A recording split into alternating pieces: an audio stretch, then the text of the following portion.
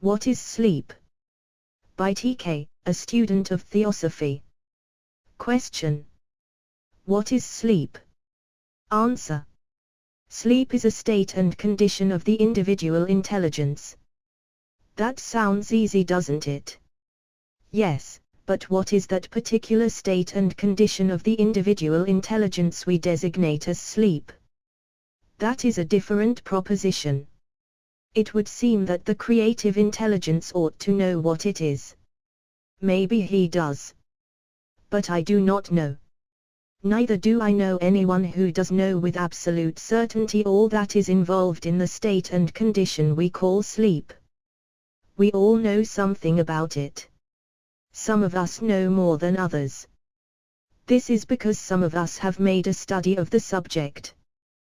The great school has made a special study of the subject for more than 100 centuries. During that time it has learned some things, but it does not profess to have learned all there is to be known on that subject. Among the things definitely known are, 1. The physically embodied individual, in the sleeping state or condition, is for the time being unconscious of the physical channels of sense. 2. But he is not entirely unconscious. This is proven by the fact that he is still intensely susceptible to the power of intelligent suggestion. 3. He is, for the time being, conscious of impressions which reach him through the channels of the spiritual senses. 4. In perfect physical sleep the physical body is generating magnetic energy rapidly, but expends none whatever. 5. If my questioner will turn to page 444 of the great work, he will there find an analytical exposition of the elements which make up the composite man in the physical body. If he will first make a careful and critical study of that exposition and of the elements involved, in their relation to each other, he will the better understand what here follows. 6. In physical sleep the soul withdraws, as it were, away from its direct and immediate touch with and relation to the exclusively physical elements of its organism. This does not mean that the soul gets outside the physical body, nor entirely independent of it, during physical sleep. The withdrawing is rather a drawing within, until the consciousness is out of touch with the purely physical texture of the body. For the time being it has taken refuge in the purely spiritual texture and elements of the composite body.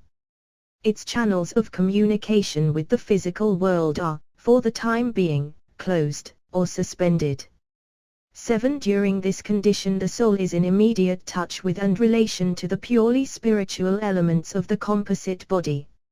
In its receding from and letting go, as it were, of the physical elements of the composite body, it has merely laid down temporarily its physical instrument, and for the time is identified with and operating through the spiritual only.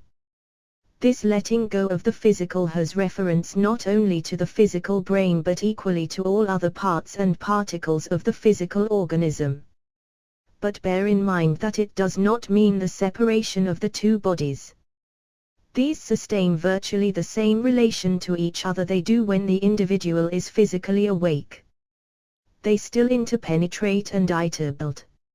8. The last 3 sentences are especially important, in that they directly contradict an idea which seems to be gaining popularity, namely, that in ordinary physical sleep the two bodies, physical and spiritual, separate, and that the soul during that time inhabits the spiritual body and travels at will throughout the spiritual realms, independently of the physical body. This is not true in natural sleep. It is seldom true even in hypnotic sleep. It is only under the most extreme conditions of subjectivity that it is possible to force a separation of the two organisms, and whenever it does occur through the subjective process it is accompanied with the gravest danger. 9. Recapitulating, in terms of the elements of the composite man as set forth at page 444 of the great work, above referred to, in natural and complete physical sleep the soul recedes into the spiritual body, relinquishing for the time its hold upon and use of both the physical body and physical magnetism, and retaining its direct touch with, hold upon and use of the spiritual body and spiritual magnetism in its conscious operations.